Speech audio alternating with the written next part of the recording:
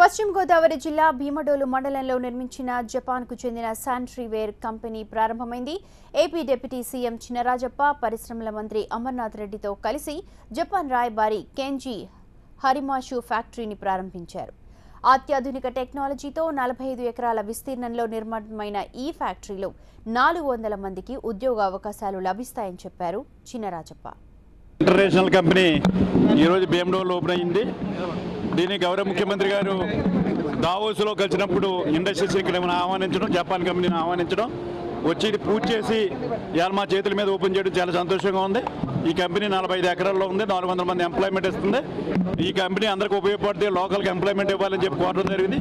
ముఖ్యమంత్రి గారి ఉద్దేశం కూడా ఎంప్లాయ్మెంట్ కల్పించాలి యూత్ గారి ఉద్దేశంతో ఈ ఇండస్ట్రీస్ అనేది తీసుకురావడం జరిగింది. ఇప్పటికే వేలాది కోట్లు, లక్షలాది కోట్లు ఇవాళ తీసుకొచ్చి ఇండస్ట్రీస్ స్టార్ట్ చేసి మరి ప్రారంభ దశలో కొన్ని ఉన్నాయి, స్టార్ట్ అయ్యే దశలో కొన్ని ఉన్నాయి, ఇవన్నీ కూడా పూర్తి చేసి అన్ఎంప్లాయ్మెంట్ వారికి ఎంప్లాయ్మెంట్ కల్పించాలనే ఉద్దేశంతో మరి ఇండస్ట్రీస్కి ఎక్కువ అవకాశం కలుగుతుంది. ఈ శానిటరీకి సంబంధించి ఇండస్ట్రీ మన ఈస్ట్ వెస్ట్లో బాగా అవకాశాలు ఉన్నాయి. ఇక్కడ మరి ఈ ప్రాంతంలోనే మరి క్లేవ్ దొరుకుతుంది కనుక వీటి ఇండస్ట్రీస్ ఎక్కువ అవుతాయి. ఇప్పటికే సామర్లకోటలో 2 ఇండస్ట్రీస్ ఉన్నాయి, ఇక్కడ ఉన్నాయి.